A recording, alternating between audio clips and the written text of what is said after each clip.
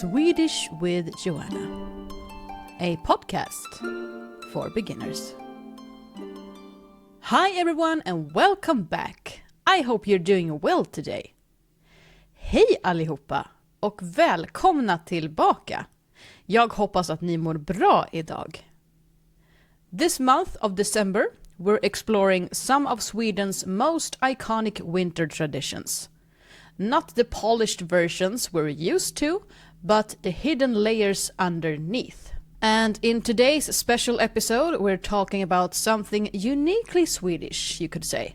Something that somehow ended up becoming a national ritual. Kalle Anka, aka Donald Duck, at 3 p.m. on Christmas Eve. Whether you love it, roll your eyes at it, or simply accept it as part of the day, one thing is certain.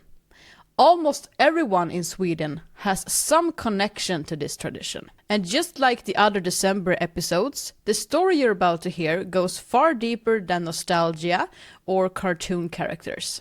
This text is also from my bilingual Christmas book, created to help you learn Swedish through stories, culture, and reflection. In this episode, I'll do the full reading in a moment, and if you want to explore the images, vocabulary lists, and deeper reflections, you can find everything on Patreon.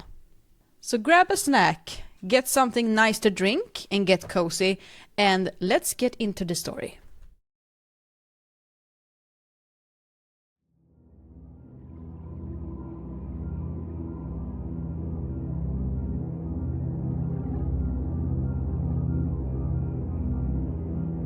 Every Christmas Eve at 3 o'clock, Sweden stops.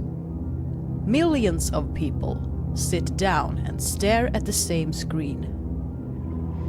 Waiting, there is not God, not even Santa, but a cartoon duck from the year 1958. When Donald Duck aired for the first time on Swedish television, the country was still quieter, slower, and more united. There was only one channel at the time, and from it came the world. What was shown became shared, almost sacred, and somewhere along the way, a Disney special turned into a Swedish ritual. But what is it that we truly celebrate? We say it's about tradition. Yet, most can't even explain why. We don't watch to be entertained. We watch to feel that everything is as it should be. For 1 hour every year, the world is predictable.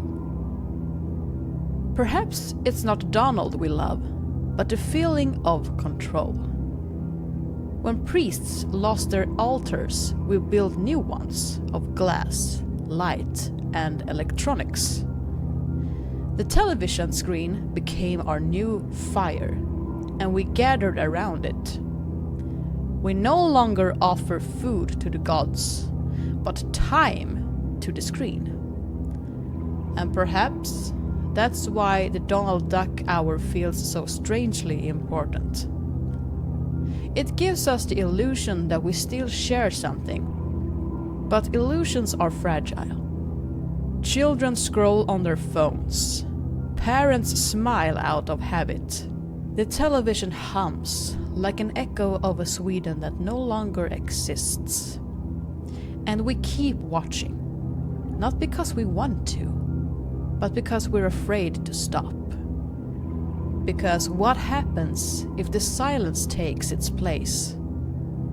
Perhaps we'd realize the togetherness was never in the picture, but in the room.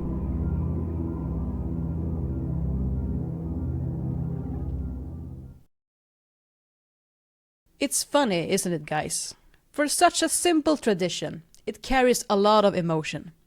Maybe that's why it stays. Not because of Donald Duck himself, but because it reveals something about us. About routine, about comfort, about the need to feel connected to something familiar, even if it's just an hour of old animation. I hope you enjoyed the story. And with that said, it's time to wrap up today's episode. If you want to explore this tradition further, together with images, vocabulary lists, and reflection questions, you'll find everything in my bilingual Christmas book on Patreon. It comes in 2 versions, like a bundle, you could say, one in English and one in Swedish. Each chapter includes history, language, and questions that helps you reflect on culture and meaning. With that said, thank you so much for listening today, guys. If you enjoy my work and want to support the podcast, you can always become a member on Patreon. On Patreon, you'll get access to all the transcripts and vocabulary lists for each episode. Keep practicing, take care, and I'll see you in the next episode. Bye bye, hej då!